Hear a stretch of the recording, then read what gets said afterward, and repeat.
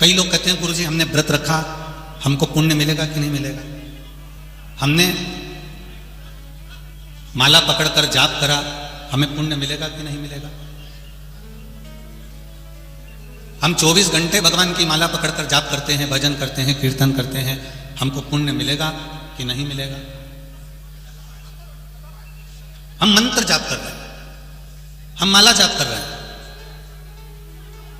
हम मंत्र माला में डूबे हुए हैं, हम व्रत कर रहे हैं, तपस्या कर रहे हैं, साधना कर रहे हैं, इसका पुण्य हमको मिलेगा कि नहीं मिलेगा? तो पहले तो आप अच्छे से समझ लो उस बात के लिए कि भजन क्यों कर रहे हो, मंत्र जाप क्यों कर रहे हो, नाम जाप क्यों कर रहे हो, स्मरण क्यों कर रहे हो, कीर्तन क्यों कर रहे हो, पहले उसको समझो। हमने पुण्य कमाने के लिए कोई मंत्र का जाप नहीं करा, हमने पुण्य कमाने के लिए भगवान का भजन नहीं करा। हमने अगर भजन करा है तो केवल एक कारण से करा है कि अभी जो मनुष्य का शरीर मिला है, अगला जब जन्म हो तो यह मानव का शरीर ना मिलकर हम भगवान के चरणों में समाहित हो जाएं, बस कहीं ना कहीं हमें परमात्मा की प्राप्ति हो जाए, भगवान की प्राप्ति हो जाए। भजन करने का केवल एक कारण है परमात्मा को प्राप्त करना।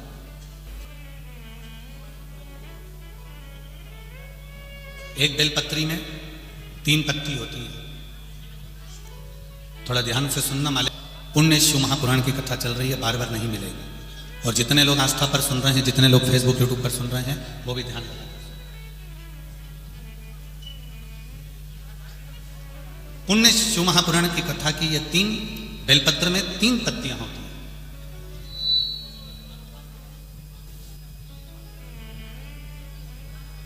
ये 3 पत्तियां शिव महापुराण की कथा करती है। जब हम देवादिदेव महादेव को समर्पित करते हैं, जब हम भगवान शंकर को ये 3 पत्तियां समर्पित करते हैं, तो हमारा वर्तमान, हमारा भविष्य और हमारा पूर्व का किया हुआ जो भाग है, वह भी केवल एक बेलपत्र जब हम भगवान शंकर को समर्पित करते हैं, तो हमारा वर्तमान, हमारा भविष्य और हमारा भूत जो निकल गया, वो तीनों ही भगवान शिव उसको संवार देते हैं। मात्र एक बेलपत्र का फल इतना प्रबल है कि एक बेलपत्र मात्र भगवान शंकर को समर्पित कर देने से हमारा निश्चित समय अवधि गणना सब स्वीकार कर लेते हैं भगवान शंकर। एक बेलपत्र की 3 पत्तियां नहीं है। एक बेलपत्र में जो ब्रह्मा विष्णु महेश हैं, एक बेलपत्र में जो हमारा जीवन है, एक बेलपत्र में जो हमारे देवादिदेव महादेव विराजमान है, एक बेलपत्र में जो माँ जगज्जननी दुर्गा भवानी विराजमान है, एक बेलपत्र में जो नारायण लक्ष्मी विराजमान है, एक बेलपत्र में जो ब्रह्मा ब्रह्माणी विराजमान है, एक बेलपत्र के अंतर्गत जो मेरे देव अधिदेव महादेव की 64 योगनियां विराजमान है, एक बेलपत्र के अंतर्गत 33 कोटि देवी देवता विराजमान है, एक बेलपत्र के अंतर्गत संपूर्ण ब्रह्मांड का सुख विराजमान है। वो बेलपत्र कोई साधारण नहीं होती। शिव को चढ़ा देने पर वो बेलपत्री का सुख हमारे जीवन पर्यंत प्राप्त हो।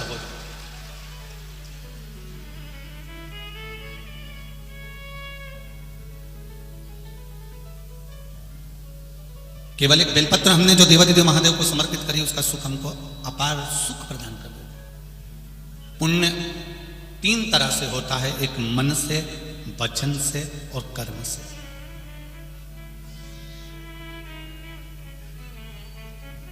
अब जरा ध्यान देना, मन से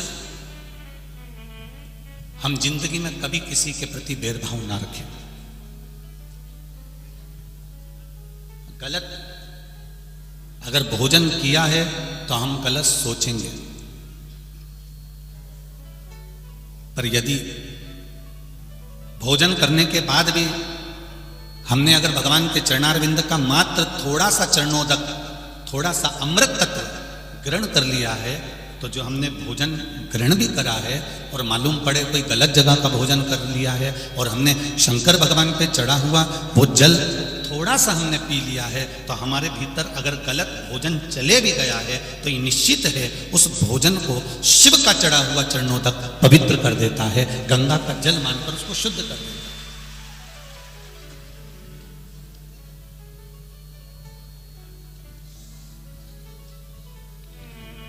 दो विष होते हैं, दो तरह का विष होता है।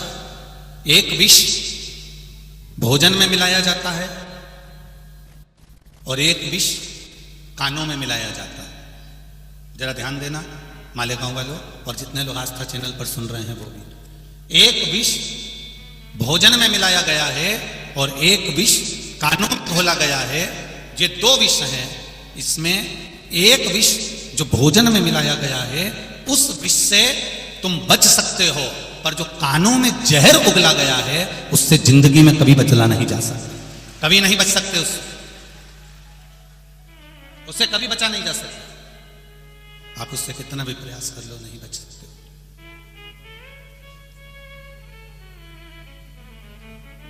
भोजन का विष निकल सकता है, पर कानों में जो घुला हुआ विष है ना, ये जिंदगी भर नहीं निकलता। एक सास ने अगर बहू को अपशब्द कह दिया है, जेठानी ने देवरानी को अपशब्द कह दिया है, एक बेटे ने बाप को अपशब्द कह दिया है, एक भाई ने भाई को अपशब्द कह दिया है, एक बहन ने बहन को अपशब्द कह दिया है, किसी मोहल्ले के व्यक्ति ने, कॉलोनी के, सोसाइटी के व्यक्ति ने अपशब्द कह दिया है। एक बार अपशब्द किया और वो अपशब्द जीवन पर्यांत तक रहता है, मरते दम तक वो अपशब्द समाप्त नहीं होता। जब तुम उसको देखते हो तब तुम्हारा खून खोल जाता है। इसने मेरे साथ ऐसा किया,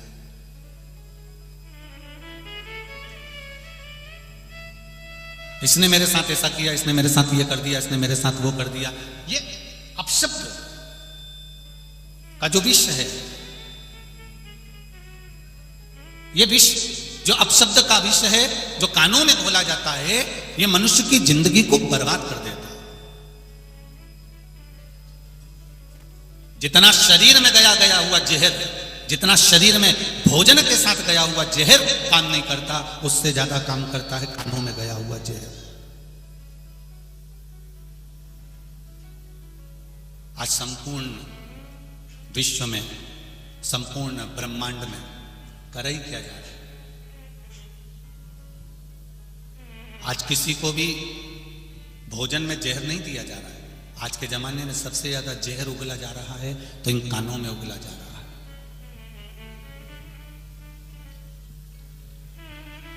ये कानों का जो जहर है,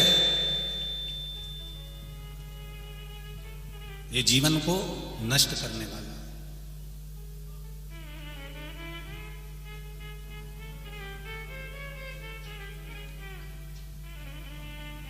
इसको हमें समझना चाहिए। एक बॉर्डर पर खड़ा हुआ सैनिक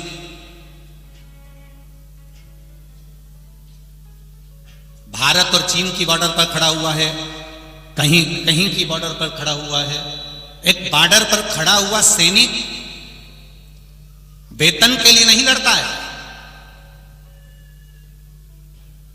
कि मुझे तनख्वाह मिल रही है इसलिए मुझे बॉर्डर पर जाकर इस कड़कड़ाती हुई धूप में, इस कड़कड़ाती ठंड में, इस कड़कड़ाती हुई बारिश में, इस बिजली में मुझे खड़ा रहना है।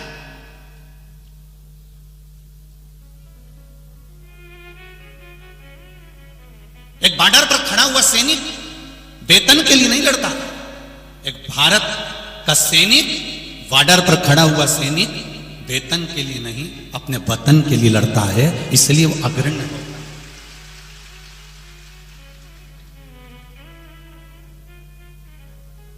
वो वतन के लिए लड़ रहा है, अपने राष्ट्र के लिए।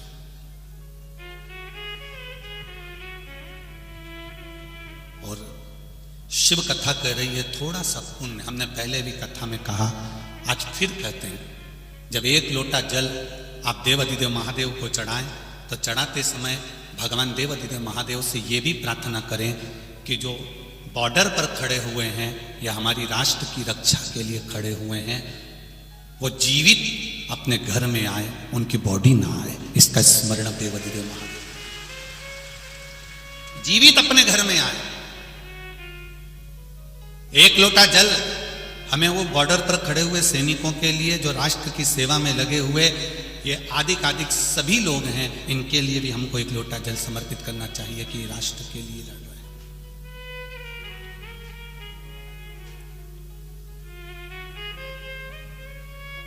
हैं। कि चंदन है इस देश की माटी, तपोभूमि हर ग्राम है, हर बाला देवी की प्रतिमा, बच्चा बच्चा राम है। जिसके सैनिक समर भूमि पर गाया करते गीता है, उसी माटी के हल्के नीचे खेली करती सीता है। ये चंदन है भारत की भूमि, कोई साधारण भूमि नहीं है।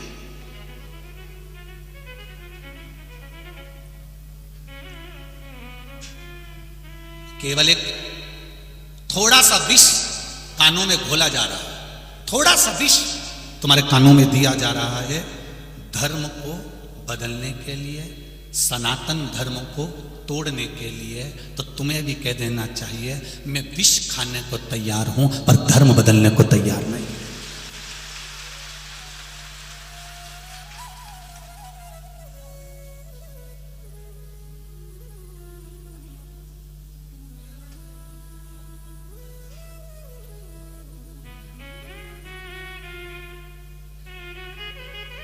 अपना धर्म छोड़कर, सनातन धर्म को छोड़कर हम अन्य धर्म में प्रवेश न करें।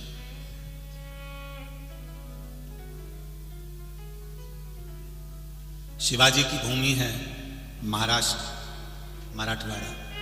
ये महाराष्ट्र जिस महाराजा शिवाजी ने अपना प्राण लाकर रख दिया था केवल इस राष्ट्र को बचाने के लिए, धर्म को बचाने के लिए, संस्कृति और सभ्यता को बचाने के लिए।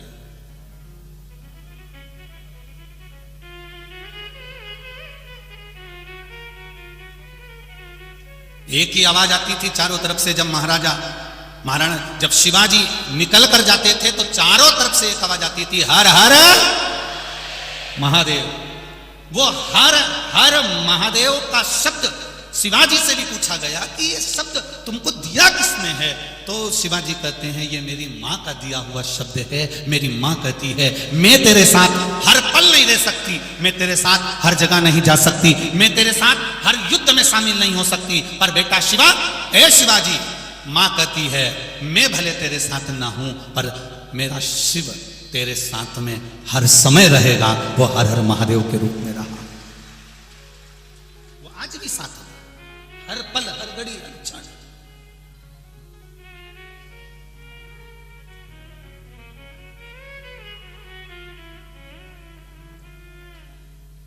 आप लोग के मुख पर जिस दिन ये शब्द आ गया ना, कौन सा, जम के बोलिए जरा,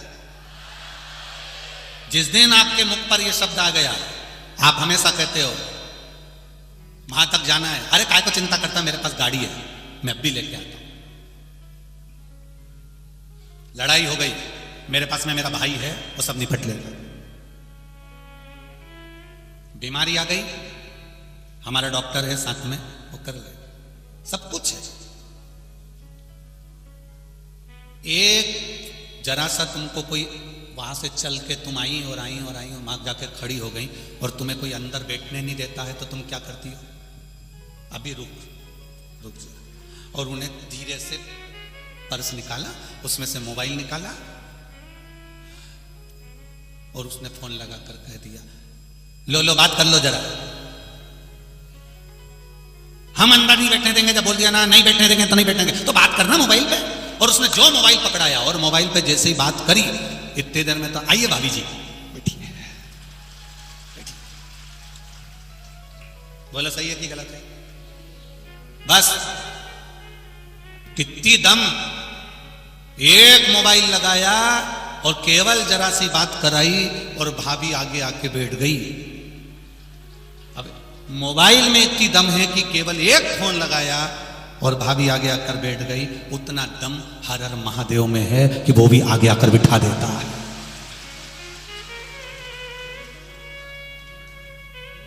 कोई आगे नहीं बैठने दे रहा है, कोई काम अटक गया है, कोई काम रह गया है, तो फिर मोबाइल लगाया जाता है, मैं यहाँ खड़ी हूं तुम मुझे लेने आ जाओ, बहुत भीड़ है मैं बाहर खड़ी हूं तुम मुझे लेने आ जाओ।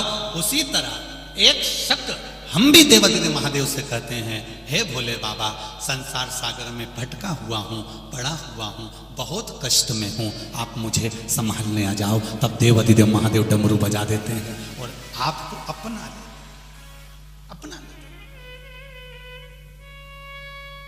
कितना विश्वास होगा। एक पत्र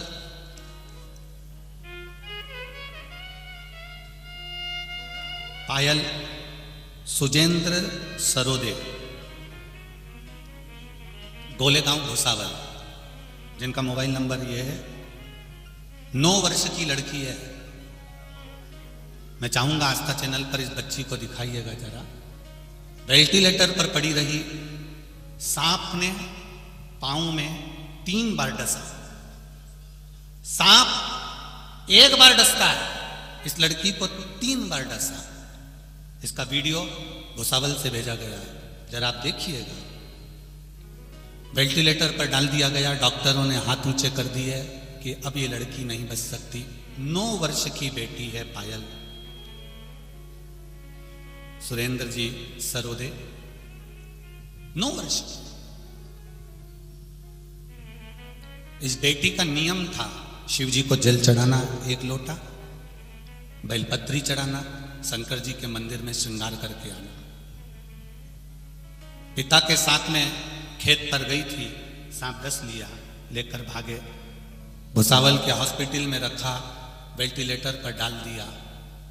तड़पती रही, आंखों की रोशनी चली गई, शरीर काम करना बंद कर दिया। वेंटिलेटर पर डॉक्टर ने कह दिया अंतिम सांसें है। ऐसा ना जाने कौन सा सांप था जो इसको डस गया। अगर एक साधारण सांप डसता तो हम बचा लेते, पर 3 बार डसा है। जहर पूरे शरीर में पहुंच चुका है। इसके परिवार वाले शिव जी के मंदिर में पहुंचे, जिस मंदिर में बेटी रोज जाती थी, और परिवार वालों ने जाकर कहा देवाधिदेव महादेव मेरी बेटी आपके मंदिर आती थी। सियोर वाला महाराज कहता है कि आप संभालने वाले बैठे हो तो क्या चिंता करना, डॉक्टर अपना काम करे, पर महादेव आप तो अपना काम करिए। जल ले गए, बेटी के मुख में बेलपत्री का टुकड़ा मसल के बस रख दिया, क्योंकि शरीर में कुछ जान तो थी नहीं। पानी की 2 बूंद दी, बेटी के शरीर में हलचल उत्पन्न हुई। हलचल हुई, हिलना प्रारंभ करा, और बेटी को धीरे धीरे कर कर होश आया। आंखें चली गई थी, रोशनी खत्म हो गई थी। 3 दिन तक आंख में रोशनी नहीं थी। धीरे से होश में आई। होश में आकर हाथ पैर तड़प रहे थे। आंख की रोशनी भी भोलेनाथ ने वापस दे दी, और आंख की रोशनी आते से ही मां के गले लगकर कहती है मां, नंदी पर चढ़कर कोई आया था।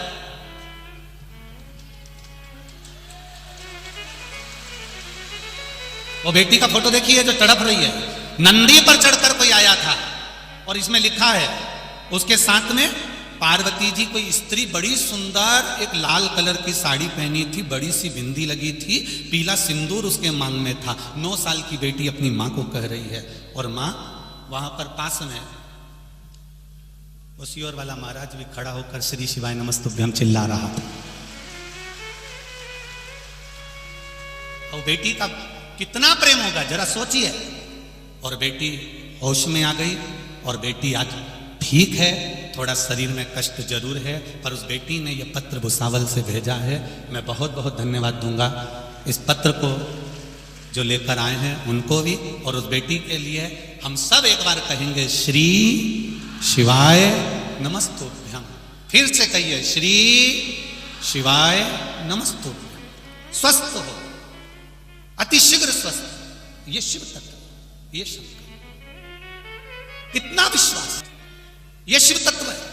उसको जानना, उसको समर्पित हो जाना। बाबा हमारा है और हम बाबा के। बोल बम का नारा है और बाबा एक सहारा। बाबा एक सहारा। शिव को अपना बनाइए, शंकर को अपना बनाइए। मेरे राम जी महाराज भी जब समस्या में घिर गए थे तो 1 लोटा जल मेरे राम जी ने भी चढ़ाया था, और उसको आप किसी भी फोटो में देख सकते हो। रामेश्वर धाम की जब स्थापना करी तो शंकर जी पे जल चढ़ा रहे हैं मेरे राम जी महाराज कि मैं लंका पर विजय प्राप्त कर लूं। भगवान कृष्ण के यहाँ संतान नहीं हुई तो उन्होंने भी शिव जी की आराधना करी गर्गाचार्य बाबा के कहने पर।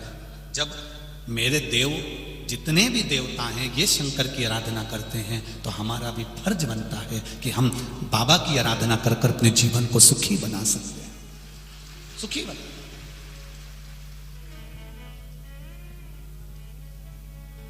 बैठा है वो मस्त, पिता का दरवाजा और परमात्मा का दरवाजा कभी बंद नहीं होता। एक बेटा पिता से झगड़ा कर कर चले गया, मुझे तुम्हारे साथ नहीं रहना, मुझे जाने दो। बेटा गया, शहर में पहुंच गए, मित्र मिल गए, क्योंकि प्रॉपर्टी का हिस्सा लेकर गया था।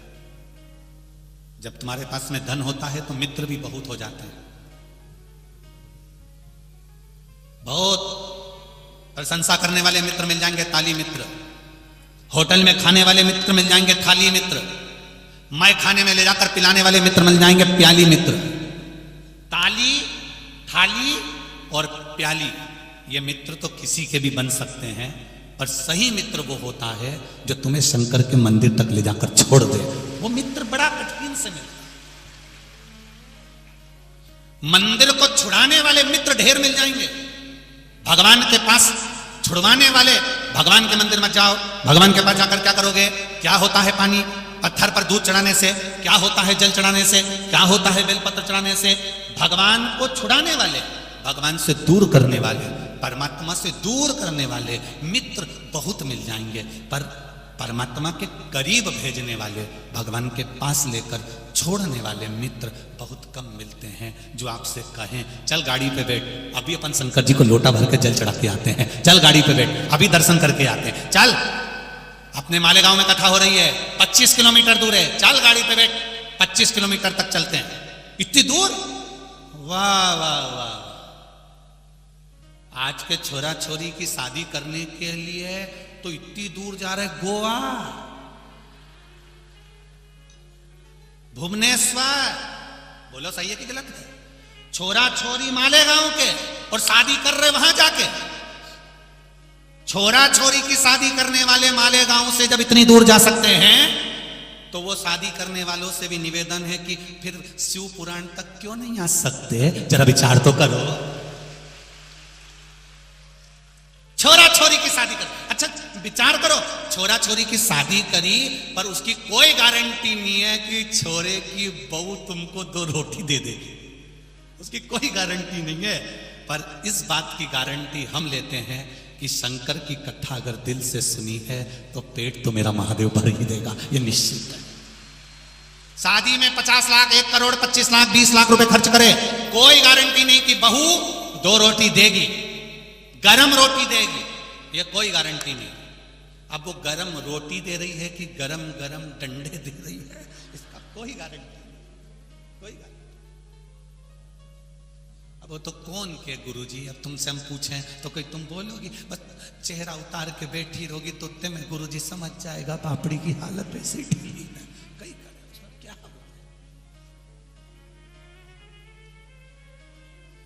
50 लाख रुपए खर्च करने के बाद भी गारंटी नहीं है कि बहू तुम्हारी सेवा कर लेगी, परिवार के लोग तुम्हारी सेवा कर लेंगे। इतना बड़ा महल बनाया, बंगला बनाया, 4-4 गाड़ी, 25-25 लाख की, 30-30 लाख की गाड़ी रखी, तो भी गारंटी नहीं है कि तुम्हारी दुख की घड़ी में तुम्हारे परिवार वाले खड़े मिलेंगे। जब शरीर में रोग होता है, कष्ट होता है, बीमारी होती है, अकेले वेंटिलेटर पर पड़े होते हो, अकेले आईसीयू में पड़े होते हो, डॉक्टर आता है, दवाई देकर चेक कर कर चले जाता है, परिवार वाले कमरे के बाहर, आईसीयू के बाहर, वेंटिलेटर के बाहर खड़े हैं, बस बैठे बैठे सोच रहे हैं बहुत अच्छा, क्या पता क्या हो गया, आंख में आंसू भी आ रहे, भगवान इनको ठीक कर देना। भगवान बोले पूरी जायदाद के तुम हिस्सेदार हो, पूरी जायदाद, पर किसी के दुख के हिस्सेदार नहीं हो। मनुष्य को अकेला भोगना है, कोई दूसरा नहीं भोगे, अकेला। कितनी विचित्र कथा है वो रत्नाकर की, कितनी विचित्र। तमसा नदी के तट पर जंगलों में बहुत सारे जंगल में रहने वाले, वन में विचरण करने वाले आदिवासी गण रहते, जो वहां से निकल कर जाता उसको लूट लेते, किसी को मार देते, किसी को काट देते, दूसरों का धन इकट्ठा कर लेते। उसी में एक था क्रूर से, इतना ज्यादा क्रूर था वो क्रूरसेन कि अगर कोई धन नहीं देता था तो वहां उसका गला काट देता था। बहुत तकलीफ में क्रूरसेन से बड़े त्रसित हो गए लोग। उसकी धर्म पत्नी बड़ी धर्मात्मा थी। धर्म पत्नी ने अपने पति क्रूरसेन से कहा, चोरी कर कर कर इतना धन लाते हो, डाका डाल कर इतना धन लाते हो, लोगों को काट कर मार कर इतना धन लेकर आते हो, लूट कर इतना धन लेकर आते हो, अपने घर में तो वैसे ही बच्चे नहीं हैं, संतान नहीं है, पुत्र नहीं है, औलाद नहीं है, फिर ये किसके लिए इकट्ठा कर रहे हो, किसके लिए जोड़ रहे हो? क्रूरसेन ने कहा, संतान नहीं है तो क्या हुआ, क्या मैं धन इकट्ठा नहीं करूं? पत्नी ने समझाया, क्रूरसेन नहीं माना तो कह दिया, कल तेरे संतान नहीं है तो मैं किसी की संतान उठा के ले आऊंगा। पत्नी हाथ जोड़ के बोली, किसी मां का क्यों दिल दुखाना? अरे जब उसके यहां संतान हो गई, थोड़े दिन रोएगी, उसके घर में दूसरी संतान हो जाएगी, कम से कम तेरी गोदी तो भरा जाएगी, अपनी जायदाद संभालने वाला तो कोई मिल जाएगा। क्रूरसेन को गुस्सा आया, नगर में चले गया, गांव में चले गया, एक ब्राह्मण के बच्चे को उठाकर ले आया, पत्नी की गोद में दे दिया। पत्नी ने उस बच्चे से लाड़ प्रेम करा, स्नेह करा, उसको पाल पोस कर बड़ा करा। बड़ा हो गया तो वो बच्चा क्रूरसेन के साथ में शिकार पर जाने लगा, लोगों को लूटने लगा, वो भी लूटपाट में लग गया। उसका नाम था रत्नाकर। क्या नाम पड़ा? रत्नाकर। वो भी लूटने लगा, वो भी लोगों को मारने लगा, वो भी डाका डालने लगा, वो भी चोरी करने लगा। मां को बड़ा दुख होता कि मेरी औलाद, बताओ, ये भी ऐसा काम में लगे। एक लगा हुआ था, ठीक था, पर पिता के ये भी ऐसा चोरी करे, ये भी डाका डाले, ये भी लोगों को मारे, ये कहां का तरीका है? तो उसको मां को बड़ा दुख होता था। धीरे धीरे रत्नाकर जब बड़ा हुआ, शादी कर दी, बच्चे हो गए, सब कुछ आनंद हो गया, बहुत बड़ा डाकू बन गया, बहुत बड़ा डाकू। एक दिन संत निकल कर जा रहे थे, उनके साथ में देवऋषि नारद निकल कर जा रहे थे। श्रीमन नारायण, श्रीमन नारायण, श्रीमन नारायण। रत्नाकर को लगा इतने सारे संत जा रहे हैं, इनके पास में पोटलियां हैं, पोटलियों में जरूर धन होगा। रत्नाकर ने उनको रोक लिया, अरे बाबा, क्या है तुम्हारे पास में? धन दो। संतों ने कहा, हमारे पास में क्या रखा, हम तो एक लंगोटी में रहते हैं, कुछ भी हमारे पास में नहीं, हम क्या आपको दें? जरूर तुम झूठ बोल रहे हो। देवऋषि नारद के पास में तानपुरा था, उन्होंने कहा तानपुरा के अंदर कुछ भरा होगा, दे इधर तानपुरा। नारद जी से तानपुरा छुड़ा लिया। नारद जी मन में सोचे, अपने पास तो वैसे कुछ नहीं था, बचा कुछ एक तानपुरा था, वो भी ले लिया, वो भी चल गया। नारद जी को बड़ा दुख हुआ। नारद जी ने मन में सोचा, ये डाकू है, इसको ऐसे समझाएंगे तो समझ में आएगी नहीं। नारद जी ने कहा, मेरे पास में बहुत सारा धन है, पर शर्त केवल एक है। क्या शर्त? धन मैं दूंगा, पर उस धन के हिस्सेदार तेरी पत्नी, तेरे बच्चे, तेरी माता, तेरे पिता, तेरा भाई, सब कुछ धन के हिस्सेदार होंगे, पर तू जो चोरी कर रहा है, जो गलत काम कर रहा है, इसके हिस्सेदार क्या तेरे परिवार वाले होंगे? देवऋषि नारद ने जब कहा, रत्नाकर हंसकर बोला, मेरी पत्नी, मेरे बच्चे, मेरे हर चीज के हिस्सेदार हैं, तो मेरे कर्म के भी हिस्सेदार मेरे पत्नी और बच्चे रहेंगे। नारद जी ने कहा, हम यहीं पर हैं, पहले उनसे लिख कर लिया, हम तुझे बहुत सारी दौलत दे देंगे। ओ रत्नाकर बोला कि तुम कहीं भाग गए तो? नारद जी बोले, हमको पेड़ से बांध के चले जाइए, रस्सी से पेड़ से बांध दिया। देवऋषि नारद को और संतों को। रत्नाकर अपने घर गए, अपनी पत्नी और बेटे को बुलाया, अपनी मां को बुलाया, पिता को बुलाया, कहा, मेरे पास में जो धन है उसका हिस्सेदार कौन कौन है? पत्नी कहती है मैं हूं, बेटा कहता है मैं हूं, पिता कहते हैं मैं हूं, मां कहती है मैं हूं। अब रत्नाकर ने पूछा, मैंने लोगों को मार डाला, मैंने लोगों का खून खच्चर कर दिया, उस पाप का, मेरे दुख का, मेरे कर्म का हिस्सेदार कौन कौन है? इतने में पत्नी ने कहा, फालतू की बात मत करो, जिसने जो कर्म करा है उसको भोगना पड़ता है, तो तुम मेरे कर्म के हिस्सेदार नहीं हो, ये तो कभी हो ही नहीं सकता। बेटा कहता है, पिताजी मैंने कभी नहीं कहा कि आप चोरी करो, आपके हिस्सेदार। मां कहती है, मैंने कभी नहीं कहा कि तू चोरी कर ला। पिता कहता है, मैंने कभी नहीं कहा तुझको कि मेरे साथ चोरी करने चल। रत्नाकर ने उस पल देव ऋषि नारद के पास जाकर हाथ जोड़ लिए और देव ऋषि नारद से कहा, नारद जी ये बताओ कि कोई दुनिया के लोग हमारे धन के हिस्सेदार हो जाते हैं, सुबह 8 बजे से लेकर रात को 10-10 बजे तक दुकान पर बैठकर कमाते हो, उस कमाई के हिस्सेदार तुम्हारे बेटा बेटी पत्नी रिश्तेदार माता पिता सब तुम्हारी जायदाद के हिस्सेदार होंगे। पर तुमने दुकान पर बैठकर जो झूठ बोला, दुकान पर बैठकर जो बेईमानी करी, नौकरी में सर्विस में जहां बैठकर तुमने 1 का 2 करा, तुम्हारे किए गए कर्म का हिस्सेदार कौन होगा? कोई दूसरा नहीं। अंत समय में भुगतना तुझे अकेले पड़ेगा। तब रोएगा, चिल्लाएगा, तड़फेगा, पलंग पर अकेला पड़ा रहेगा, कोई नहीं संभाल रहा। डॉक्टर आएगा, इलाज कर कर चले जाएगा, पत्नी पैसा लगा देगी, रिश्तेदार देखने आ जाएंगे, और शरीर में जब कष्ट होगा, सिर दुखा दर्द तुम्हें हुआ, हाथ दुखा दर्द तुम्हें हुआ, कमर दुखी दर्द तुम्हें हुआ, लीवर किडनी में प्रॉब्लम हुई दर्द तुम्हें हुआ, तकलीफ तुम्हें हुई, कष्ट तुम्हें भोगना है, कोई दूसरा नहीं भोगेगा। तुम्हारे कर्म का भोग तुम्हें भोगना है, कोई दूसरा नहीं भोगेगा।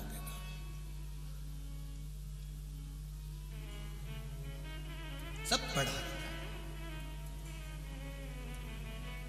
झूठ तुम बोलते हो, छल तुम करते हो, बेईमानी तुम करते हो, कपट तुम करते हो, दुकान तुम चलाते हो, घर तुम चलाते हो, तो भजन भी तुम करो, तुम्हारे लिए करो, अपने लिए। 1 लोटा जल शंकर जी के मंदिर में जाकर चढ़ाना प्रारंभ करो, अपने लिए, कोई दूसरे के लिए नहीं। वो चढ़ाया गया जल किस जगह काम आएगा? वो जल ही एक पत्र आया, देखिए